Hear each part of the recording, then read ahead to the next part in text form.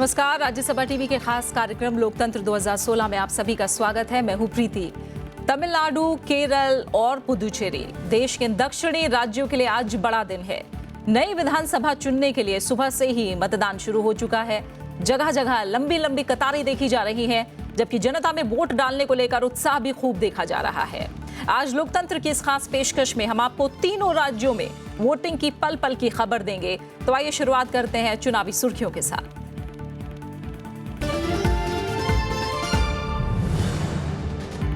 तमिलनाडु, केरल और पुदुचेरी में वोटिंग जारी। मतदान केंद्रों पर सुबह से ही लंबी कतारें। सुरक्षा के कड़े इंतजाम। 19 मई को होगी गिनती।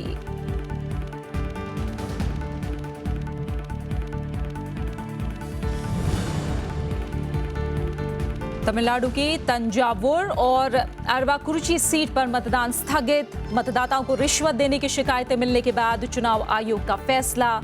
23 मई को होगी वोटिंग।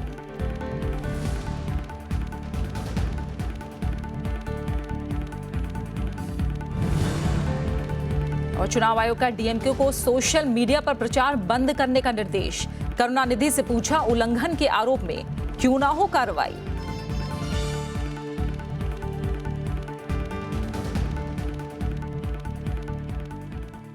तमिलनाडु, केरल और पुदुचेरी में विधानसभा के लिए वोटिंग जारी है। तीनों राज्यों में चुनाव आयोग ने स्वतंत्र और निष्पक्ष मतदान के लिए व्यापक इंतजाम किए हुए हैं।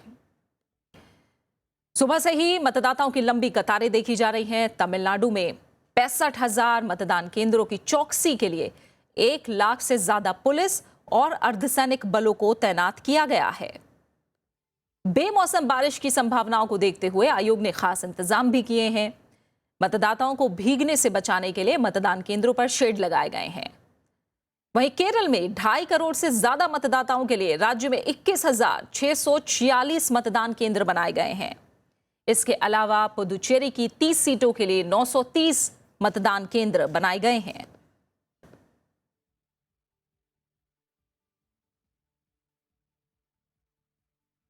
और हम आपको बता दें कि राज्यसभा टीवी के संवाददाता पल पल की खबरें इन चुनाव से जुड़ी हम तक पहुंचा रहे हैं। और तमिलनाडु में अखिलेश सुमन हमारे साथ जुड़े हुए हैं। केरल से विशाल दहिया हम तक जानकारी पहुंचाएंगे। और पुदुचेरी में राज्यसभा टीवी के संवाददाता रविंद्र सिंह शोरान मौजूद हैं। और इनके साथ साथ हमारे साथ दिल्ली स्टूडियो में यहाँ मौजूद हैं तमिलनाडु के पुथई थलाईमुरई न्यूज़ चैनल की ब्यूरो चीफ गणपति सुब्रमण्यम। बहुत बहुत स्वागत है आपका। आइए तो खास नजर डालते हैं फिलहाल तमिलनाडु पर।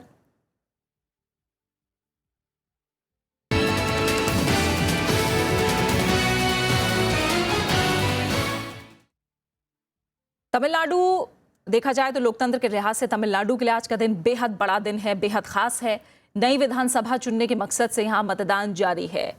सुबह से ही सूबे के अलग अलग इलाकों में लंबी कतारें, लंबी लाइनें देखी जा रही हैं। बुजुर्गों और महिलाओं समेत युवाओं में भी खासा उत्साह देखा गया है। यहां कुल 234 विधानसभा सीटें हैं, लेकिन तंजावुर और अरवाकुरुची सीट पर मतदाताओं को रिश्वत देने की शिकायतों के बाद चुनाव आयोग ने इन दोनों सीटों पर मतदान स्थगित करने का फैसला किया है। लिहाजा आज तमिलनाडु की 232 विधानसभा सीटों पर ही वोटिंग हो रही है। हालांकि जिन 2 सीटों पर मतदान स्थगित किया गया है वहां अब 23 मई को वोटिंग होगी, जबकि इन दोनों सीटों पर 24 मई को वोटों की गिनती की जाएगी। आपको बता दें कि एआईएडीएमके तमिलनाडु में सभी सीटों पर चुनाव लड़ रही है, जबकि डीएमके ने गठबंधन के तहत 180 सीटों पर उम्मीदवार उतारे हैं। कांग्रेस 41 सीटों पर चुनाव लड़ रही है, जबकि सीपीआई और सीपीएम 25-25 सीटों पर मुकाबले में है। वहीं बीजेपी ने 188 सीटों पर अपने उम्मीदवार उतारे हैं।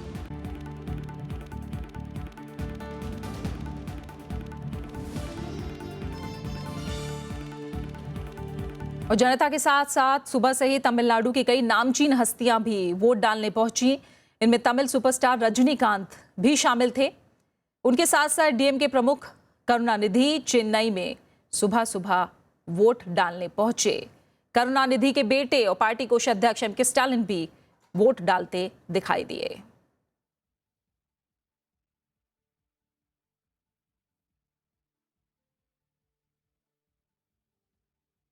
एक साथ तमाम तस्वीरें आप देख रहे हैं, सिर्फ आम लोगों की लंबी लाइनें ही नजर नहीं आ रही हैं, बल्कि जो खास हस्तियां हैं वो भी तमिलनाडु में सुबह ही वोट करने पहुंची और उन्होंने भी अपने मताधिकार का इस्तेमाल किया। तो तमिलनाडु में इस बार स्टार उम्मीदवारों की सूची भी काफी लंबी है। कई बड़े नाम शुमार हैं इस लिस्ट में, जिनमें आर.के. नगर से AIADMK प्रमुख जयललिता, तिरुवरूर से DMK प्रमुख करुणानिधि, कोलाथुर से DMK कोषाध्यक्ष M.K. स्टालिन, उलुंदुरपेट से DMD के अध्यक्ष विजयकांत, कट्टू मन्नाकोयल VC के नेता थोल थिरुवालावन, पेन्नाग्राम से PM के नेता अंबुमणि रामदोस, BJP प्रदेश अध्यक्ष तमिलसाई सुंदरराजन, 2 बार मुख्यमंत्री रहे AIADMK के नेता ओ पनीरसेल्वम शामिल हैं।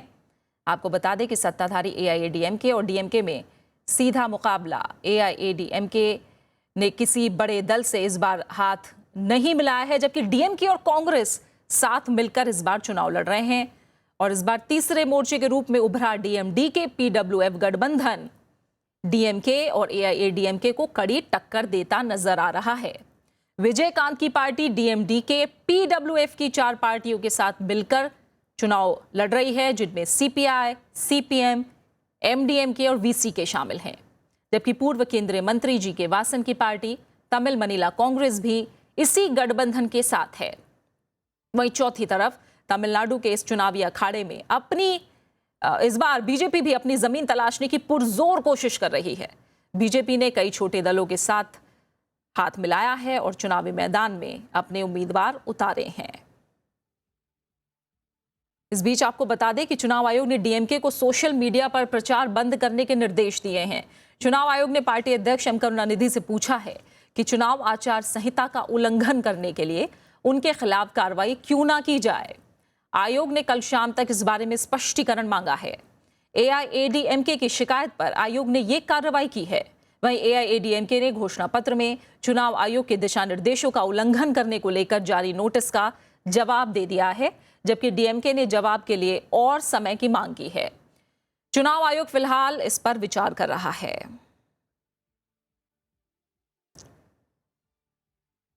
चेन्नई में हमारे संवाददाता अखिलेश सुमन इस समय मौजूद है, हम उनका रुख करते हैं। अखिलेश, हम देख रहे हैं बड़े बड़े जो नाम हैं वो भी वोट करने सुबह ही पहुंच गए, और जैसा आप बता रहे हैं कि दक्षिण राज्यों में, तमिलनाडु में भी चुनावी मौसम के साथ साथ जो असली मौसम है वो भी खुशगवार बना हुआ है।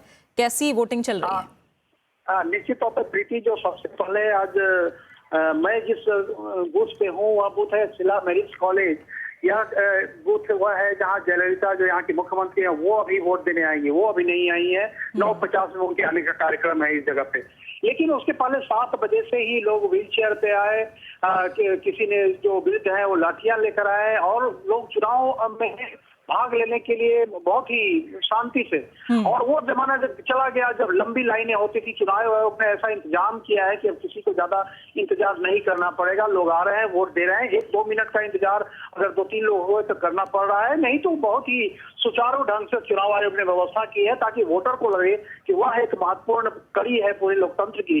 और दरअसल वो सबसे महत्वपूर्ण कड़ी है, यह वोटरों को एहसास हो रहा है। लेकिन उधर करुणानिधि ने और उनके पुत्र स्टालिन ने वोट दे दिया है। उनका वो बूथ भी यहाँ से करीब 1 किलोमीटर की दूरी पे है। तो इसी पूरे इलाके में जो VVIP का इलाका है, जहाँ पेस्ट गार्डन, जहाँ जयललिता रहती है, वो भी उनका भी इलाका है। और इससे थोड़ी दूर बाद आर.के. नगर उनकी कंस्टिट्यूएंसी है जी। तो एक तरह से कहें कि तमिलनाडु में चुनाव का माहौल बहुत ही शांतिपूर्ण ढंग से है।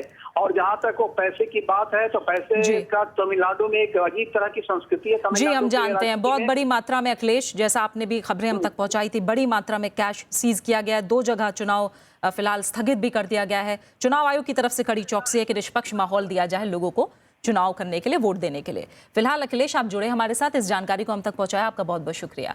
और आइए तमिलनाडु के बाद अब बात करते हैं केरल की।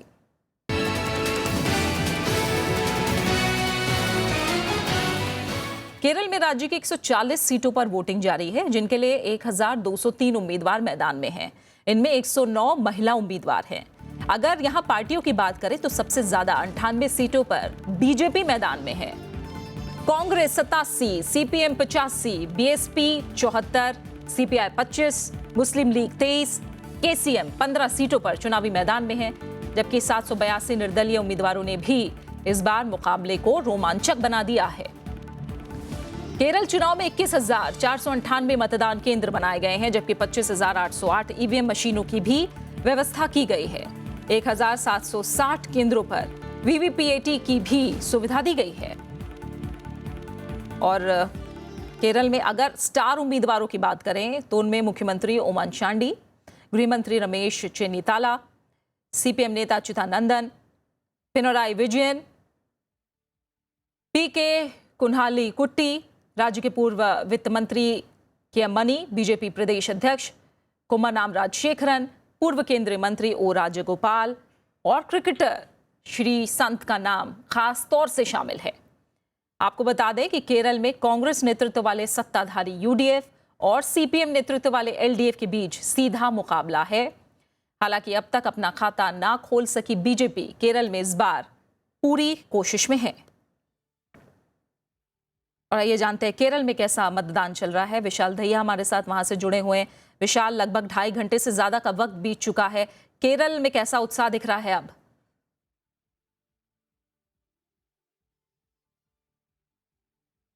देखिए प्रीति, पहले 2 घंटों के जो दौरान जो मतदान हुआ उसका आधिकारिक आंकड़ा अभी आना बाकी है, लेकिन जिस तरह के मौसम के हालात शुरुआती 2 घंटों में थे और चिटपुट बारिश न केवल तिरुवनंतपुरम और उसके आसपास के इलाकों में हो रही थी, बल्कि अलग जो बाकी जो जिले हैं वहाँ हमने जहाँ बातचीत की बाकी डिस्ट्रिक्ट्स में कुछ लोगों से, वहाँ भी बताया गया कि सुबह काफ़ी तेज़ बारिश कई इलाकों पर हुई, लेकिन इस वक्त थोड़ी सी हल्की हल्की धूप खिली हुई है और कुछ लोग धीरे धीरे मतदान केंद्रों की तरफ आ रहे हैं। और लंबी कतारें जिस तरह से उत्तरी भारत के मतदान केंद्रों पर दिखाई देती हैं वो यहाँ नहीं दिखाई दे रही हैं सुबह से।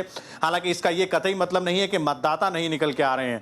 धीरे धीरे संख्या में 2 की संख्या में 3 के ग्रुप में लोग आ रहे हैं और अपने मताधिकार का प्रयोग कर वापस जा रहे हैं। सुबह जरूर मतदाताओं को थोड़ी दिक्कत हो रही थी, बारिश में लोग छाता लेकर भी पहुंच रहे थे, लेकिन अब जो आने वाले 2 से 3 घंटे हैं और इस वक्त जो थोड़ी सी राहत जैसे कहा जाए बारिश के मौसम से मिल रही है, बारिश रुकी हुई है, बादल हालांकि बने हुए हैं, धूप थोड़ी हल्की हल्की दिखाई दे रही है। तो अगले जो 2 से 3 घंटे का समय है वो काफी महत्वपूर्ण होगा मतदान की प्रक्रिया के लिए, क्योंकि उम्मीद की जा रही है कि लोग भारी संख्या में बाहर निकलेंगे और अपने मताधिकार का प्रयोग करेंगे। पिछले असेंबली इलेक्शंस में, यानी कि पिछले विधानसभा चुनाव 2011 में यहाँ 75% रहा था मतदान, और जो पिछला लोकसभा चुनाव हुआ था उसमें 74.14%, यानी कि कुछ खास अंतर नहीं था। इस बार हालांकि चुनाव आयोग का जो अपना अंदाजा है उसके मुताबिक का चुनाव आयोग के अधिकारियों का कहना है कि जिस तरह के इंतजाम है और जिस तरह की एक्सरसाइज की गई है उनकी तरफ से मतदाताओं में जागरूकता फैलाने के लिए, तो 80% के लगभग मतदान की उम्मीद चुनाव आयोग कर रहा है। हालांकि जो राजनीतिक दल हैं वो भी जरूर चाहेंगे कि बड़ी से बड़ी संख्या में लोग निकलें और उनके उम्मीदवार को वोट डालें। बिल्कुल, पूरा जोर जागरूकता को लेकर भी चुनाव आयोग ने लगाया है। देखना होगा पिछली बार के जो रिकॉर्ड हैं वो टूटते हैं इस बार या नहीं। विशाल, आप हमारे साथ बने रहिए, आपसे बातचीत को हम जारी रखेंगे। हमारे साथ स्टूडियो में गणपति सुब्रमण्यम जुड़े हुए हैं, ब्यूरो चीफ हैं, पुथिया थलाई मुरई जो कि तमिलनाडु का न्यूज चैनल है, खासतौर से दक्षिण राज्यों की राजनीति पर गहरी नजर रखते हैं। गणपति जी, तमिलनाडु की अगर खास तौर से पहले आपसे बात करूं, हम जानते हैं एमजीआर के बाद हैट्रिक कोई नहीं लगा पाया, दूसरी पारी कोई नहीं खेल पाया लगातार। इस बार जिस तरह का 4 कॉर्नर मुकाबला दिख रहा है, किन मायनों में आप अहम मान रहे हैं तमिलनाडु का चुनाव इस बार? तमिलनाडु में हल्की हल्की बारिश हो रही है, लेकिन बहुत जोरदार पैसों की बारिश हो रही है। यही इलेक्शन कमीशन का शिकायत है, क्योंकि बहुत डीएमके और एडीएमके दोनों जोरदार कोशिश कर रहे हैं कि किसी तरह इस बार सट्टा में आना चाहिए। और डीएमके जो है 5 साल से सट्टा में नहीं है, वापस आना चाहती है, और सेंट्रल गवर्नमेंट में भी अभी भाग नहीं है, इसलिए उनको बहुत ज़रूरी है ये इलेक्शन में जीतना। और जहाँ तक जयललिता और ये एडीएमके है, उनका तो ये है कि बहुत अच्छा मौका है। आपने जैसे बताया एमजीआर जब चीफ मिनिस्टर थे बार बार खुद जीते थे, उसके बाद जो है हर बार एंटी इनकम्बेंसी वजह से अपोजिशन पार्टी पावर में आ जाती थी। वो रिकॉर्ड अभी तोड़ना चाहती हैं जयललिता, इसलिए पूरा जोरदार कोशिश कर रही है। 2014 में आप जानते हैं कि लोकसभा इलेक्शन में 37 सीट जयललिता का पार्टी जीत गया था, तो उसी को रिपीट करना उनका अभी कोशिश है, लेकिन हो पाएगा कि नहीं, क्योंकि इस बार जो है चुनाव मैदान थोड़ा अलग सा है। It is not direct fight, even though only the 2 major players are the important players. बाकी लोग जो है वोट कैसे काटते हैं उसके हिसाब से इस बार का नतीजा होगा। लेकिन पैसों के बारे में बहुत बड़ा चिंता है। कौन कितना पैसा किसको दे रहा है कुछ पता नहीं है। कहीं 4 करोड़ पकड़ा जा रहा है, कहीं 1.5 करोड़ पकड़ा जा रहा है। इसके अलावा गिफ्ट, धोतियाँ, साड़ियाँ सब जगह पकड़े जा रहे हैं। इसलिए इलेक्शन कमीशन भी बहुत चिंतित है, वहाँ का दूसरा पार्टी भी चिंतित है, क्योंकि बड़े पार्टी हैं, उनके पास पैसा है, पैसे का बल वो उपयोग कर रहे हैं। छोटे पार्टी क्या करेंगे? तो उनको लगता है कि भाई जीतने का कोई मौका नहीं है। 2 असेंबली कॉन्स्टिट्यूंसी में आपने बताया कि इलेक्शन हो ही नहीं पा रहा है, आज पोस्टपोन कर दिया गया। ऐसा हालत है कि इतना पैसा वहां बांट दिया गया है कि बिल्कुल सारे रिकॉर्ड जो पिछले हैं वो टूटे हैं। इस बार इतनी बड़ी मात्रा में कैश बरामद किया गया है और 2 जगह जैसा हमने बताया आज चुनाव भी स्थगित किया गया है। आपसे बातचीत जारी रखेंगे। तमिलनाडु के अलावा केरल और पुदुचेरी की बारीकियां भी आपसे समझेंगे इस चुनाव को लेकर। और आइए अब खास नजर डालते हैं पुदुचेरी पर।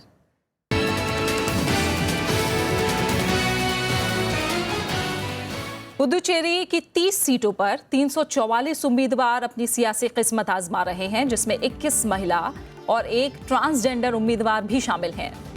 एनआर कांग्रेस सभी 30 सीटों पर चुनाव लड़ रही है, तो कांग्रेस ने 21 सीटों पर उम्मीदवार उतारे हैं। डीएमके को गठबंधन के तहत 9 सीटें मिली हैं। एआईएडीएमके सभी 30 सीटों पर चुनाव लड़ रही है, तो बीजेपी ने भी सभी सीटों पर दावेदारी पेश की है। सीपीएम और सीपीआई कुल 11 सीटों पर चुनाव लड़ रहे हैं। और आपको बता दें कि पुदुचेरी की 30 विधानसभा सीटों पर भी कई राजनीतिक दल अपनी दावेदारी ठोक रहे हैं। सत्ताधारी एनआर कांग्रेस, एआईएडीएमके, बीजेपी और पीएमके अकेले मैदान में है, जबकि तमिलनाडु की तरह यहां भी डीएमके कांग्रेस के साथ मिलकर चुनाव लड़ रही है। वहीं तमिलनाडु की तर्ज पर यहां भी डीएमडीके, पीडब्ल्यूएफ गठबंधन मैदान में एक साथ दावेदारी ठोक रहा है। इस गठबंधन में 6 पार्टियां शुमार हैं, जिनमें CPI, CPM, DMDK, VCK, MDMK और आरएसपी शामिल हैं।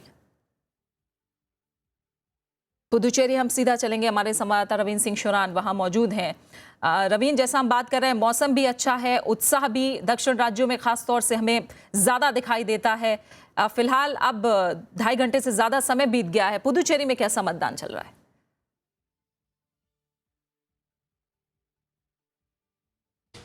जी देखिए, 2.5 घंटे के बाद जो 2 घंटे तक की रिपोर्ट हमारे पास आई है, उसमें करीब 12% मतदान जो है वो अभी तक हो चुका है। इसके अलावा जैसा कि गणपति ने बताया कि जहां तमिलनाडु में पैसों की बरसात हो रही है, उससे ठीक अलग यहाँ पर पानी की बरसात हो रही है। और इसके लिए विशेष इंतजाम शायद पूर्वानुमान लगाते हुए चुनाव आयोग ने कर दिए थे, और जिसकी वजह से हम लोग अभी भीगने से बचे हुए हैं। और ये पंडाल आप देख पा रही हैं, यहाँ पे तमाम लोग बैठे हुए हैं, अपने बारी का इंतजार कर रहे हैं।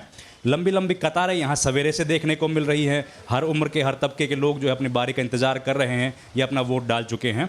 स्पेशल यहाँ पर तैयारियां की गई हैं। एक मॉडल पोलिंग बूथ इसको बनाया गया है, जिसमें जब एक मतदाता मतदान करने के लिए आता है तो उसको रेड कारपेट से उसका स्वागत किया जाता है। वहाँ पे गुब्बारे हैं और परंपरागत तौर पर एक महिला वहाँ पे इंतजार कर रही है उनका स्वागत करने के लिए, ताकि उनको एक पारिवारिक फंक्शन का होने का माहौल यहाँ पे दिया जा सके। इस बीच अगर हम बात करें यहाँ के राजनीतिक मुद्दों की, तो तमिलनाडु जो है और तमिल संस्कृति और समाज का यहाँ पर पूरा प्रभाव है। बावजूद उसके यहाँ की राजनीतिक जो कल्चर है वो बिल्कुल मुख्तलिफ है। यहाँ पर अभी तक जो डीएमके और एडीएमके है वो इतना भारी जो है अभी तक यहाँ पर अपना प्रदर्शन नहीं कर पाए हैं। परंपरागत तौर पर कांग्रेस पार्टी यहाँ पर एक मजबूत पार्टी के रूप में रही है। अगर 2011 का छोड़ दिया जाए, जब कांग्रेस के एक नेता ने अलग पार्टी बना ली थी, और उसके बाद से एआईएनआरसी एक बड़ी पार्टी यहाँ पर है। मुद्दे जो हैं जो कि चुनाव को प्रभावित कर रहे हैं, उनमें सबसे बड़ा मुद्दा यहाँ पर जो है वो है मछुआरों का मुद्दा, क्योंकि एक बड़ा क्षेत्र जो है वो मछुआरों के लिए यहाँ पर जुड़ा हुआ है। टूरिज्म का एक बड़ा सेक्टर है। एजुकेशन और अनएम्प्लॉयमेंट, ये बड़ी समस्याएं हैं जिसकी वजह से यहाँ के लोगों को पलायन करना पड़ता है। अगर हम इसके बाद बात करते हैं कि यहाँ पर चुनाव जो है वो करीब 86% चुनाव जो है पिछली बार हुआ था, जिसमें मतदान यहाँ पर देखा गया था। इस बार चुनाव आयोग ने जिस तरीके से अपना कैंपेन चलाया है, चुनाव आयोग को उम्मीद है कि 90% से पार हो जाएगा। अगर तमाम जो साउथ इंडियन के राज्य हैं उनमें सबसे बेहतरीन जो है प्रदर्शन आज तक यहाँ के मतदाताओं का रहा है। इसके अलावा देश भर में सिर्फ नॉर्थ ईस्ट के अगर कुछ राज्यों को छोड़ दिया जाए, जहाँ पे 90 से अधिक प्रतिशत मतदान हुआ है, तो पौंडीचेरी जो है वो मतदान के हिसाब से सबसे ज्यादा अभी तक मत देने वाला राज्य है। और इस बार भी चुनाव आयोग को ऐसे ही उम्मीद है। इसके लिए हालांकि कैंपेन भी बहुत चलाया गया है और तैयारियां भी खास तौर से पुख्ता की गई है। जैसा रवींद्र आपने अपने पीछे दिखाया, माफ कीजिएगा आपको रोकना पड़ेगा, तमाम टेंट लगाए गए हैं ताकि बारिश में लोग ना भीगे, बैठने की व्यवस्था है, बुजुर्गों के लिए अलग लाइन की व्यवस्था है, तमाम खास इंतजाम किए गए हैं। केरल में कैसा चल रहा है मतदान? विशाल दहिया हमारे संवाददाता वहां से हमें बता रहे हैं। विशाल, हमने देखा खास इंतजाम किए गए हैं ताकि बुजुर्गों को कोई तकलीफ ना हो, जो विकलांग लोग हैं उन्हें कोई तकलीफ ना हो, महिलाओं को भी खास सुविधाएं दी गई हैं। इससे और कितना ज्यादा बढ़ रहा है उत्साह?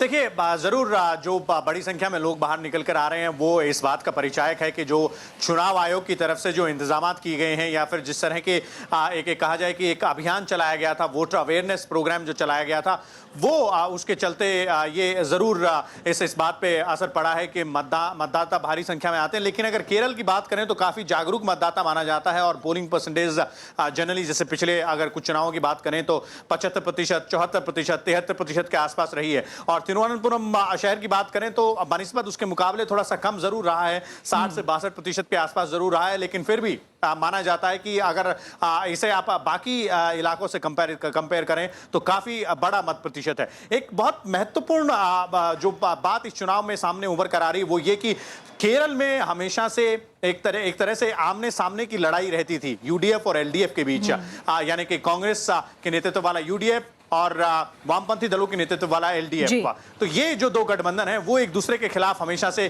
केरल की राजनीति में छाए रहे हैं। लेकिन इस बार के चुनाव में एक तरीके से त्रिकोणीय मुकाबला देखा जा रहा है। बीजेपी की एंट्री हुई है और निश्चित रूप से बीजेपी जरूर चाहेगी कि वो इस चुनाव में अपना खाता केरल में खोल पाए, जिसमें वो अभी तक सफल नहीं हो पाई है। इसके लिए कुछ एक स्थानीय दल हैं, उनके साथ बीजेपी ने गठबंधन किया है। तो एक तरीके से त्रिकोणीय मुकाबला जरूर है। कुछ जाने माने चेहरे जो केरल से जुड़े हुए हैं वो बीजेपी के साथ जुड़कर सामने आए हैं। इस वक्त हम जिस कॉन्स्टिट्यूएंसी में हैं वहां से भूतपूर्व क्रिकेटर श्रीसंत बीजेपी के टिकट पर चुनाव लड़ रहे हैं। तो इस तरह के बड़े नामचीन चेहरे जरूर आए हैं, लेकिन देखना होगा कि क्या ये जो तीसरा मोर्चा है, क्या ये सिर्फ एक तरीके से कहा जाए कि वोट काट मोर्चे के तौर पर यही सब वजह है विशाल, जिस वजह से इस बार केरल का चुनाव 3-4 दिन जरूर इंतजार करना होगा। लेकिन अभी फिलहाल उम्मीद है कि जी विशाल, यही सब वजह है जैसा आप बता रहे हैं। इन्हीं वजहों से इस बार केरल का चुनाव काफी दिलचस्प हो गया है। फिलहाल आपने तमाम जानकारी हम तक पहुंचाई। विशाल, आपका बहुत बहुत शुक्रिया हमारे साथ जुड़ने के लिए। और रवीन, पुदुचेरी से तमाम जानकारी हम तक पहुंचाने के लिए आपका भी बहुत बहुत शुक्रिया।